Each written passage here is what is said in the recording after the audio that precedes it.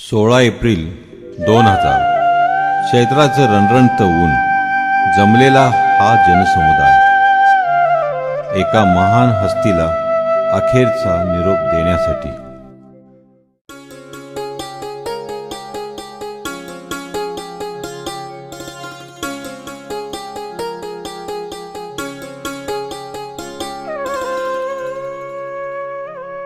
मी या उसरीत लावलेला एक एक फोटो पाहतोय. या प्रत्येक फोटोतून मला आप्पासाहेबांचा जो जीवन प्रवास मला उलगडलेला आहे तो मला तुम्हा सगळ्यांना सांगावासा वाटतोय.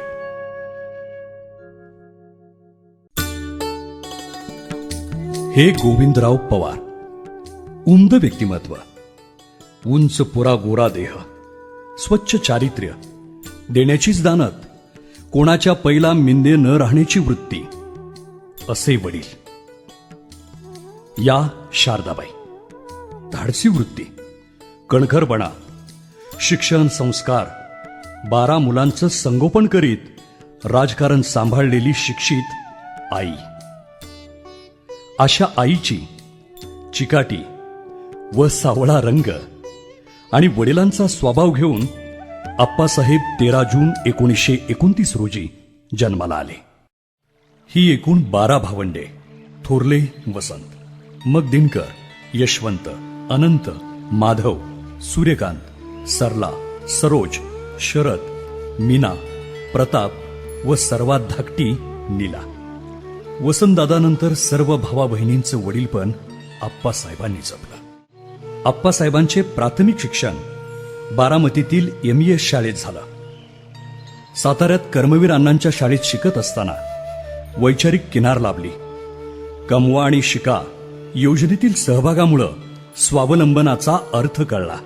गोविंदराव पवार या परिसरातल्या धनिकांकडून अण्णांच्या शाळेसाठी आर्थिक देणग्या मिळवून देत होते. अण्णांच्या व्यतिरिक्त अन्य क्रांतिकारक आणि विचारवंतांचा राबता पवार कुटुंबियात असल्यामुळे आप्पासाहेबांचा देशभक्तीचा पिंड बनत गेला. सेवा दलाची स्थापना झाल्यावर त्यात त्यांनी सहभाग घेतला आणि स्वयंसेवक असताना याच काळात गांधीजींचा सहवास त्यांना लाभला. आप्पासाहेबांनी पुण्यातील SP महाविद्यालयात प्रवेश घेतला. शेतीची आवड असल्यामुळे पुढील वर्षी ते कृषी महाविद्यालयात गेले. या महाविद्यालयात शिकत असताना व्यायाम करणं, कुस्ती खेळणं, वेटलिफ्टिंग याबरोबरच मित्र जमवणं या नेतृत्व गुणामुळे त्यांना जिमखाना सेक्रेटरी पद मिळालं. त्यांना पदव्युत्तर पदवी नसतानाही पुढील काळात त्यांच्या कार्याबद्दल याच विद्यापीठाने त्यांना डॉक्टर ऑफ सायन्स ही सर्वोच्च पदवी देऊन सन्मानित केलं. अशी डॉक्टरेट त्यांनी पहिलीच दिली आणि तीही आप्पासाहेबांना मिळाली. शिक्षण संपलं आणि कुटुंबात विवाहाची चर्चा सुरू झाली. ब्रिटिशांनी नावाजलेल्या बेळगाव येथील श्रीमंत घराण्यातील मुलीसोबत आप्पासाहेबांचा विवाह झाला. माहेरची सुभद्रा, सासरी रत्नप्रभा झाली. गर्भ श्रीमंतीत वाढलेल्या या मुलीने आप्पासाहेबांना संसारातील आर्थिक अडचणीतही मोलाची साथ दिली.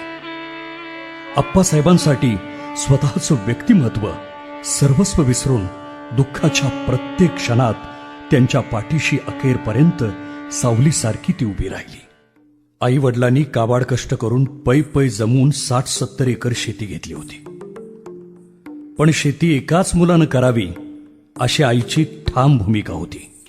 धाकटा भाऊ शेतीवर आल्यानंतर आप्पासाहेबांना बाहेर पडणं अपरिहार्य होतं, कारण ते उच्च शिक्षित होते. नवीनच लग्न झालं असलं तरी त्यांनी पत्नीला घरी ठेवून ग्वाल्हेर येथे अवघ्या 90 रुपयांवर नोकरी पत्करली आणि जंगल मोजणीदार म्हणून ग्वाल्हेरचं जंगल तुडवायला सुरुवात केली. झालं ते चांगलंच झालं.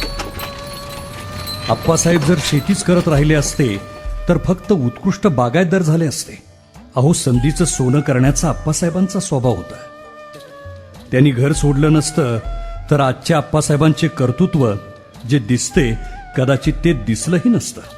याच काळात धनंजयराव गाडगीळ, विठ्ठलराव विखे पाटील यांनी सहकारी तत्वावर कारखाना सुरू केला. नोकरीसाठी जाहिरात प्रसिद्ध झाली.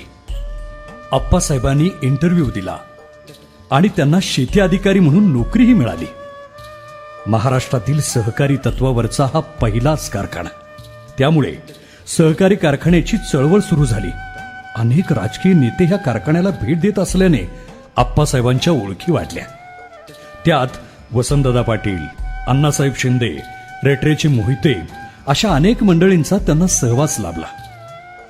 माणसाचे विचार चांगले असतील आणि कष्टाची तयारी असेल तर कोणत्याही संकटावर मात करता येते, हे आप्पासाहेबांनी आपल्या वाटचालीतून दाखवून दिलं. प्रवरानगर येथे शालेय शिक्षणासाठी शरदराव आप्पासाहेबांकडे होते. त्यांनी विद्यार्थी दशेत गोवा मुक्ती आंदोलनाला पाठिंबा देण्याचा मोर्चा काढला. आप्पासाहेबांना त्याच वेळी लहान वयात शरदरावांच्या नेतृत्वाची चमक अनुभवायला आली. शेंबेकर आणि काही शेतकऱ्यांनी एकत्र येऊन सहकारी साखर कारखाना संसरच्या परिसरात काढण्याचं ठरवलं. परंतु अर्थकारण न जुळल्यामुळे ते काम रेंगाळलं. या परिसरातील मोठे जमीनदार, जाचक बंधू आणि गोविंदराव सारख्या इतर संचालकांबरोबर कारखान्याच्या प्राथमिक कामास सुरुवात झाली.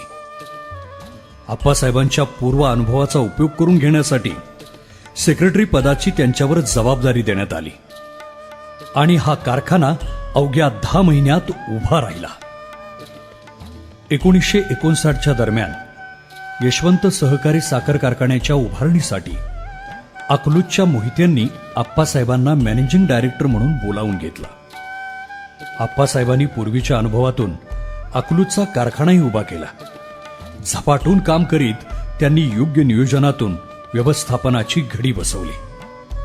नोकरी सर्वच करतात, पण आप्पासाहेबांनी केवळ नोकरीच केली नाही, तर त्यांचा सामाजिक पिंड असल्यामुळे त्यांनी सभासद शेतकऱ्यांसाठी विधायक कामे केली. आंब्याच्या बागा, ऊसाचे बियाणे प्लॉट, विलायती कोंबड्या आणून पोल्ट्री फार्म सुरू केले. ही प्रेरणा घेऊन इतर कारखान्यांनीही त्यांचं अनुकरण केलं. सतत 7 वर्षे ध्येय वेड्याप्रमाणे ते काम करीत राहिले. त्यांनी घालून दिलेल्या पद्धतीची छाप आजही तेथील कामकाजावर दिसून येते. प्रपंच वाढला, पण कामाला सर्वस्व मानल्यामुळे कुटुंबाकडे थोडं दुर्लक्षच झालं. पवार घराणे हे मूळचे शेतकरी कामगार पक्षाच्या विचारधारेला मानणारे. 1956 पासून थोरले बंधू वसंतदादा हे तत्कालीन राजकीय पटलावर उगवता सूर्य होते.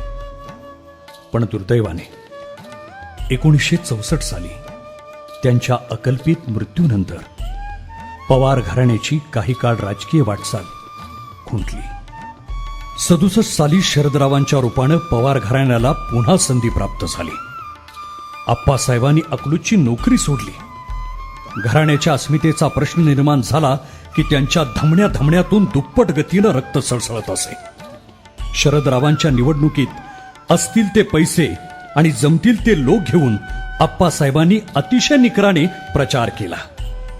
काँग्रेस पक्ष, तरुण नेतृत्व पाण्यासाठी शरदरावांनी केलेलं काम यामुळे शरदरावांचा विजय झाला आणि खंडित झालेला पवार घराण्याचा राजकीय प्रवास पुन्हा जोमाने सुरू झाला.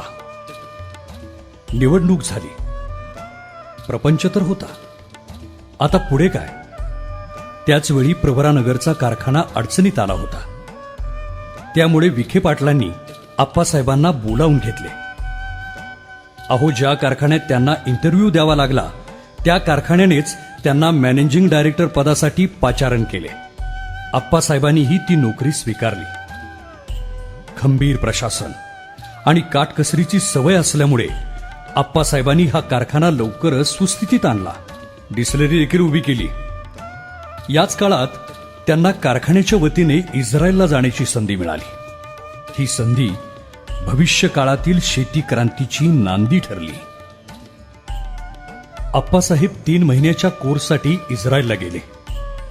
40चा 4 मुलांचा हा बाप तेथे विद्यार्थी म्हणून चक्क 3 महिने राबला. तेथील वाळवंटातील आधुनिक शेती, अधिक दूध देणाऱ्या गायी, शेळ्या मेंढ्या त्यांच्या पाहण्यात आल्या. त्यामुळे आप्पासाहेब प्रभावित झाले. देशात परत आल्यानंतर हे माझ्या शेतकऱ्यांनी का करू नये म्हणून गावोगावी जाऊन मी पाहिलेला इस्रायल सांगायला सुरुवात केली. छत्रपती कारखान्याच्या विस्तारीकरणाचे काम सुरू होते.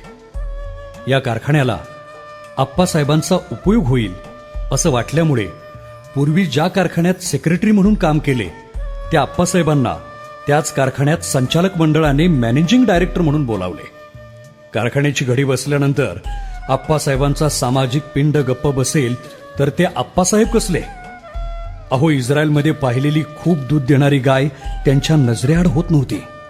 त्यांचा विश्वास सीइंग इन बिलिव्हिंग वर असल्यामुळे त्यांनी शेतकऱ्यांना संकरित गायी दाखवण्याचं ठरवलं आणि यासाठी पहिलं प्रदर्शन या कारखान्यावर घेतलं. तत्कालीन चेअरमन माणिकराव जाचक यांनी सहकार्य केलं. या व्यवसायासाठी बायप मार्फत मणिभाईंनी देखील हिरिरीने भाग घेतला. अहो, कुठल्याही व्यवसायाला खात्रीशीर मार्केट असल्याशिवाय तो स्थिर होत नाही.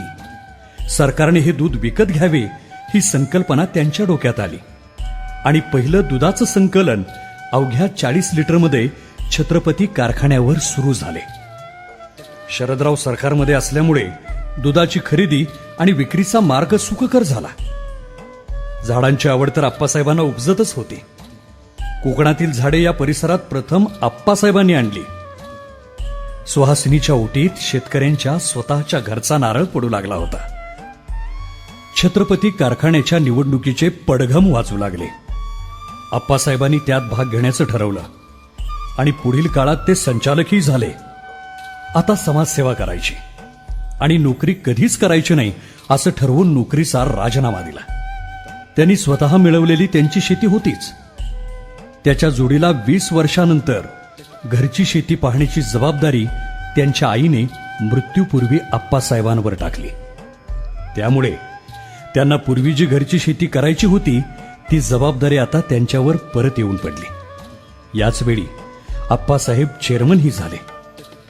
कारखाना सुस्थितीत करून अवघ्या 2.5 वर्षात चेअरमन पदाचा त्यांनी राजीनामा दिला. मिस क्युसेस आणि मिस वॉझर या ऑस्ट्रेलियन भगिनीसोबत पवार साहेबांनी ॲग्रिकल्चर डेव्हलपमेंट ट्रस्टची स्थापना करून सामाजिक कार्याला यापूर्वी सुरुवात केलेली होती. त्याचवेळी शरदरावांवर राजकीय जबाबदाऱ्या वाढल्या आणि अनुभव असलेल्या आप्पासाहेबांवर संपूर्ण ट्रस्टची जबाबदारी सोपवली गेली. या ट्रस्टी भगिनीसोबत निस्पृहपणे खरे काम करण्यासाठी त्यांना व्यासपीठ मिळाले. संकरित गायींचे महत्त्व सांगण्यासाठी हातात खडू घेऊन आप्पासाहेबांनी अनेक लोकांना शिक्षित केले. लवकरच हा व्यवसाय फायदेशीर असल्याचे शेतकरी व शेतमजुरांना जाणवलं. त्यामुळे हा व्यवसाय फोपावला. पुढील काळात अनेक दूध सोसायट्या, दूध संघ या परिसरात निर्माण होऊन अनेकांना रोजगार मिळाला. मराठवाडा विदर्भात दुष्काळाच्या कारणाने शेतकऱ्यांच्या आत्महत्या झाल्या. आपले हे 8-9 जिल्हे त्याहीपेक्षा भीषण दुष्काळाला सामोरे गेलेले असूनही तशा घटना आपल्याकडे घडल्या नाहीत. कदाचित 45 वर्षापूर्वी जी संकरित गाय आप्पासाहेबांनी आपल्याला दिली ते तर कारण नसावे. अकलूजला असताना आप्पासाहेबांनी कुक्कुटपालनाचा प्रयोग यशस्वी केला होता. हाच प्रयोग त्यांनी बारामती परिसरात सुरू केला. ट्रस्टच्या वतीने शेतकऱ्यांना कुक्कुटपालनाचे प्रशिक्षण दिले. तासगाव विटा या भागातील पोल्ट्री फार्म दाखवून आणले. पुढे बारामती तालुका आणि परिसरात मोठ्या प्रमाणात हा व्यवसाय सुरू झाला. शरदरावांच्या विचारातून बारामती ॲग्रो निघाली, पण त्याचा संपूर्ण विस्तार मात्र आप्पासाहेबांनी केला आणि आज त्या संस्थेमार्फत कॉन्ट्रॅक्ट फार्मिंग निमित्ताने दुष्काळी भागातील अनेक कुटुंबांना उदरनिर्वाहाचा मार्ग मिळाला. 82 साली शेती विज्ञान मंडळामार्फत आप्पासाहेबांनी विविध फळबागा वाढविण्याचे प्रयत्न केले. त्यामुळे बारामती परिसरात बोर, डाळिंब, अंजीर आणि द्राक्षांच्या फळबागा वाढल्या. शेतकऱ्यांच्या सहलीसाठी आप्पासाहेबांना एसटीमध्ये बसून शेकडो मैलाचा प्रवास करताना कधीच अडचण जाणवली नाही. 87 नंतर साहेबांच्या मुख्यमंत्री काळात रोजगार हमीमध्ये फळबाग योजना बसविल्यामुळे या कामाला अधिक गती मिळाली. एखादी मोसंबी विकत घेताना माणूस सहज विचारे, घरात कोण आजारे? केळी, मोसंबी सोडून बाजारात क्वचितच फळं दिसत. फळे कमी खाणारा हा प्रदेश, पण आज प्रत्येकाच्या घरात फळांचा सुकाळ दिसतो. त्याचं श्रेय मोठ्या प्रमाणात शरदरावांकडे व काही प्रमाणात आप्पासाहेबांकडे निश्चितच जात असावं. म्हैसूर व बेंगलोर या परिसरात रेशीमचा घरगुती उद्योग मोठ्या प्रमाणात चालतो. तो आप्पासाहेबांनी पाहिला. या योजनेत सरकारची साथ घेऊन कोशापासून ते रेशीम धागा बनविण्यापर्यंतचे प्रात्यक्षिक काम या ट्रस्टवर सुरू केले. त्याचा परिणाम म्हणून अनेक छोटे छोटे शेतकरी या रेशीम उद्योगात गुंतले गेले. हा व्यवसाय बारामती परिसरात मोठ्या प्रमाणात फोपावला. हजारो एकरात हा व्यवसाय सुरू झाला. नागपूर हे रेशीम उद्योगाचं मुख्य केंद्र असलं तरी तिथल्यापेक्षा जास्त आणि बेंगलोर नंतर बारामती परिसरातच रेशीम उत्पन्न निघते. याचं श्रेय आप्पासाहेबांनाच असावे. 80 साली आप्पासाहेब पुन्हा इस्रायलला गेले. पण आता तिथं खूप बदल घडून आले होते. पाटाचे पाणी बंद होऊन ठिबक सिंचनाची पद्धत सुरू झाली होती. परदेशातून येताना लोक महागडी अत्तर व मद्य आणतात. पण आप्पासाहेबांच्या बॅगेत ड्रीपचे वेगवेगळे नमुने, पाईपचे तुकडे असत. त्या काळी भारतात कुठेही ड्रीपची पद्धत नव्हती. त्यामुळे आप्पासाहेब हे नमुने शेतकऱ्यांना दाखवायला आणत. ऑस्ट्रेलियाच्या दौऱ्यात आप्पासाहेबांबरोबर अण्णासाहेब शिंदे, भवरलाल जैनही होते. या तिघांच्या चर्चेतून देशी बनावटीचे ड्रीप तयार करण्याचे ठरले आणि त्याला मूर्तरूप जळगावच्या भवरलाल जैनांनी दिले. या पद्धतीचा आप्पासाहेबांनी ध्यासच घेतला होता. आयुष्याची 20 वर्ष त्यांनी एकाच विषयावर खर्ची घातली. अगदी वेड्यासारखे ते काम करीत राहिले. ड्रीप तंत्रज्ञान प्रत्येकानं आत्मसात केलं पाहिजे म्हणून त्यांनी ट्रस्टच्या माध्यमातून प्रात्यक्षिक सुरू केली. ही पद्धत समजावून सांगताना कधी त्यांनी भेदभाव नाही केला, मग तो गरीब शेतकरी असो की देशाचा पंतप्रधान. आज जी फळबागांची लागवड केली जाते ती ड्रीपशिवाय होऊ शकत नाही. 82च्या दरम्यान आप्पासाहेबांनी बोरीसारख्या गावात छोटासा सेमिनार घेऊन 40-50 शेतकऱ्यांना ड्रीपचे महत्त्व सांगितले. आज त्या गावात फळांच्या व्यवसायाची कोट्यावधी रुपयांची उलाढाल होते. भविष्यात पाणी टंचाई भासणार आहे, पाण्याचा वाद पेटणार आहे हे आप्पासाहेबांनी त्याच वेळी जाणलं होतं.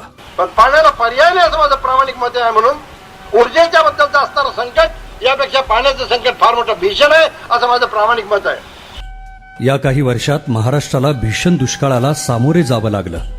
आज जी काही बागायत वाचली ती केवळ आणि केवळ ड्रीपमुळेच. कदाचित 35 वर्षापूर्वी आप्पासाहेबांनी सांगितलेल्या ड्रीप इरिगेशनचा तर हा परिणाम नसेल. माती परीक्षणाशिवाय शेतीला प्रगती नाही, म्हणूनच त्यांनी माती परीक्षण प्रयोगशाळेची उभारणी केली. बारामती में बदलाव कैसे आया? आखिर हम अप्पा साहब को याद क्यों करते हैं? आज अप्पा साहब को श्रद्धांजलि देने का मुझे अवसर मिला. अप्पा साहब के नाम पर एक सभागृह का उद्घाटन का अवसर मिला. लेकिन सबसे बड़ा काम अप्पा साहब के नेतृत्व में हुआ वो जल संचय का काम हुआ. ये सूखी धरती जहां जहां पानी बचा सकते थे बचाने के संस्कार हुए. और यहां के समाज जीवन में एक आदत लगी है कि भाई कुछ भी है, भले 8 इंच 9 इंच बारिश आती होगी लेकिन हम पानी रोकेंगे और उसी पानी के भरोसे जिंदगी जीने की ताकत खड़ी करेंगे. और बारामती के किसानों ने की है. बारामती भागात MIDC येऊ घातली होती. त्यापूर्वी इथे औद्योगिक वसाहत होतीच. आप्पासाहेबांनी या उद्योगधंद्यात लक्ष घालायचे ठरवले. त्यांचे बंधू प्रतापराव आणि बापूसाहेब यांना फाउंड्री काढण्यास लावून त्यांचे संपूर्ण काम स्वतः आप्पासाहेबांनी पाहिले. 74 साली शरदरावांनी बारामती ग्रेपची सुरुवात केली. त्यानंतर अतिशय कठीण काळात आप्पासाहेबांनी ग्रेपचं काम पाहिलं. बँकेने ग्रेप इंडस्ट्रीला कर्ज देण्याचं नाकारल्यावर या सामाजिक संस्थेसाठी ते स्वतःची प्रॉपर्टी गहाण ठेवण्यासही कचरले नाहीत. पुढे प्रतापरावांच्या मार्केटिंगच्या निर्णयामुळे संस्था सुस्थिर करण्यात सहकार्य झाले. MIDC मध्ये कुशल कामगारांची गरज असते. उद्योजक व स्थानिक भूमिपुत्रात नोकऱ्याबाबत संघर्ष निर्माण होऊ नये म्हणून आप्पासाहेबांनी तत्पूर्वीच ITIची स्थापना करून कुशल कामगार तयार केले आणि पुढील संघर्ष टाळण्याचा प्रयत्न केला. आप्पासाहेबांना असेही वाटे की केवळ बाहेरच्या कंपन्या येऊनच भागणार नाही, शेतकऱ्यांचा मुलगा देखील मालक झाला पाहिजे. म्हणून त्यांनी या परिसरात छोटे मोठे उद्योजक निर्माण करण्याचे कार्य केले. पुणे, कोल्हापूर, सांगली, सिन्नर यासारख्या MIDCतील उद्योग बारामतीतील नवोदित उद्योजकांना नेऊन दाखवले आणि त्यांना प्रेरित केलं. आजच्या आर्थिक दृष्टीने सक्षम दिसणाऱ्या बारामतीमध्ये आप्पासाहेबांनी शेती आणि विविध उद्योगाविषयी केलेल्या पण न दिसणाऱ्या कामाचा सहभाग आहे हे जाणकार निश्चितच जाणतील. आप्पासाहेबांनी सहकारामध्ये सूतगिरणी, दूध संघ, फलोत्पादन संघ, ग्रहतारण संस्था, पोल्ट्री संघ यांच्या उभारणीत मोलाचं काम केलंय. आई शिक्षित होती म्हणून मुले सुसंस्कारित झाली आणि त्यातूनच शारदा नगरची निर्मिती शरदरावांनी आप्पासाहेबांसोबत केली. मुलगी हा विषय कुटुंबाच्या जिव्हाळ्याचा असतो. त्यात आडवळणाच्या गावाच्या मुली शिकायच्या कशा आणि शिकल्या तर चांगल्या घरात जातील कशा, यासाठी बाप तळमळत असतो. आणि नेमका हाच मुद्दा या बंधूंनी उचलून धरला. शारदा नगरची निर्मिती होताना आप्पासाहेबांनी रात्रीचा दिवस केला. हॉस्टेलातील मुलींच्या संरक्षणासाठी व शिक्षणासाठी जीवाचे रान केले. नियमबाह्य वागणाऱ्यास आप्पासाहेबांनी कधीच क्षमा केली नाही. अहो, आजच्या वाडी वस्तीवरील मुलींच्या संरक्षणाचा प्रश्न जेव्हा पेपरला वाचण्यात येतो तेव्हा जीवाचा थरकाप होतो. 25 वर्षापूर्वीच्या शारदानगरच्या निर्मितीचा निर्णय किती दूरदृष्टीचा होता हे आज जाणवतं. कुठल्याही देवाची वारी किंवा धर्माचे अवडंबर आप्पासाहेबांना पसंत नव्हते. त्याऐवजी त्यांनी समाजाला मदत करणं आणि वृक्ष लावून निसर्गाची सेवा करणं हाच कर्मयोग मांडला. अनेक माळावरती उन्हातानात उभं राहून झाडं लावली. यातच खरे अध्यात्म आहे असे ते मानत. आई वडिलांच्या सत्यशोधक संस्कारामुळे आणि स्वतःच्या विज्ञाननिष्ठ स्वभावामुळे आप्पासाहेब कधीच धार्मिकतेला महत्त्व देत नव्हते.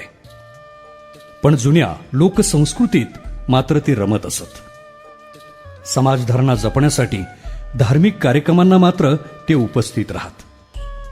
पवार कुटुंबीय व समाजातील धार्मिक लोकांच्या मदतीतून कणेरीच्या ग्रामदैवताच्या मंदिराचा त्यांनी जीर्णोद्धार केला. नंतरच्या काळात आप्पासाहेबांना वेगवेगळे वाचन करण्याचे जणू वेडच लागले होते. अहो, या वेडापायी त्यांनी अनेक ग्रंथालय पालती घातली. अनेक ग्रंथवेडे त्यांच्या सहवासात आले. त्यांच्या वैयक्तिक लायब्ररीची कपाटे अनेक विषयांनी खुलून गेली. एखाद्या विषयाच्या वाचनाचा त्यांनी नाद घेतला तर रात्रीपासून पहाट कशी झाली हे त्यांना देखील कळत नसे. मिळेल तिथं जमेल तसं ते वाचन करीत असत. सर्वसामान्य लोक तेच ते विषय मांडण्यात धन्यता मानत. पण आप्पासाहेब विविध अंगाने बोलत. ऐतिहासिक व्यक्तींच्या चरित्रातील वेगळेपण सांगण्याची त्यांना जणू हौसच होती. 3 तास त्यांनी भाषणे केली. अहो, दुसऱ्या दिवशी घसा खराब झाला तरी त्याची त्यांनी पर्वा नाही केली. पाणी, ड्रीप, गाय, रेशीम या विषयाच्या भाषणाव्यतिरिक्त शेवटच्या काळात शिवरायांचे वेगळेपण, अहिल्यादेवी, महात्मा फुले, सावरकर या वेगळ्या विषयात ते कधी शिरले हे त्यांनाच समजलं नाही.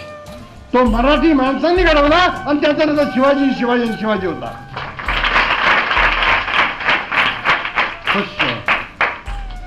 टागोर सारख्या माणसांनी लिहिलं हिंदुस्थानमध्ये इतिहास एकदाच घडला, तो मराठी माणसांनी घडवला आणि त्याचा नेता शिवाजी होता. पण एक मात्र खरं, हे प्रत्येक विषय त्यांनी स्वतः समजून घेतले आणि मग लोकांना सांगितले. त्यांच्या चिंतन आणि मननातून पाणी एका संघर्षाची ठिणगी असं उत्कृष्ट पुस्तक लिहिलं गेलं. आप्पासाहेबांना त्यांच्या कार्यकर्तृत्वाबद्दल अनेक पुरस्कारानं सन्मानित करण्यात आलं. 1998 कृषीभूषण पुरस्कार, 1990 पद्मश्री भारत सरकार, 1991 कृषी रत्न, 1992 doctor of science, 1993 doctor of letters, 1993 Jamnalal Bajaj पुरस्कार आणि न्यायमूर्ती रामशास्त्री प्रभुणे पुरस्कार. शरदरावांमुळे संस्था पाहण्यास कितीतरी मोठमोठी माणसे येऊन जात, परंतु त्यांना आप्पासाहेबांच्याच पटडीतून जावे लागे. कुठलीही गोष्ट निष्ठेने आणि जिद्दीने करण्याचा त्यांचा स्वभाव. समाजाचा पैसा आपण विश्वस्त म्हणूनच वापरायचा असतो, त्याचा विनियोग आपल्या प्रपंचात कधीच करायचा नसतो, हे ब्रीद आप्पासाहेबांनी आयुष्याच्या शेवटपर्यंत सांभाळले. स्वभाव अतिशय जिद्दी, हट्टी, पण वज्रादपी कठोराणी मृदुनी कुसुमादपी. या सुभाषिताच्या उक्तीप्रमाणे आप्पासाहेब तेवढेच हळवेही होते. आपल्या प्रियजनांसाठी त्यांनी अनेक संधी सोडल्या. आपण करीत असलेले राजकीय काम पुढच्या पिढीसाठी, आपल्यांसाठी 2 पावले माघार घेऊन त्यांनी त्यांच्यावर सोपवले. पवार घराण्याच्या नावाला कधीही गालबोट लागू दिलं नाही. आप्पासाहेबांच्या जीवन संघर्षात समाजसेवा आणि उद्दिष्टपूर्तीत कधी वेळ गेला हे त्यांचं त्यांना समजलंच नाही. यात कुटुंबासाठी सुद्धा काही वेळ काढायचा असतो हे त्यांचे राहूनच गेले. पण आता उशीर झाला होता. आयुष्य सरलं होतं. आप्पासाहेबांनी आयुष्यभर केलेल्या कामाचे साक्षीदार त्यांचे बंधू शरदराव यांनी आप्पासाहेबांची स्मृती व काम पुढच्या पिढीसाठी कायम प्रेरणादायी ठरावे म्हणून त्यांच्या नावाने या आप्पासाहेब पवार सभागृहाची निर्मिती केली. आप्पासाहेबांची प्रेरणा घेऊन संस्थेचे पदाधिकारी, सहकारी, कर्मचारी व पुढील पिढी वाटचाल करीत आहे.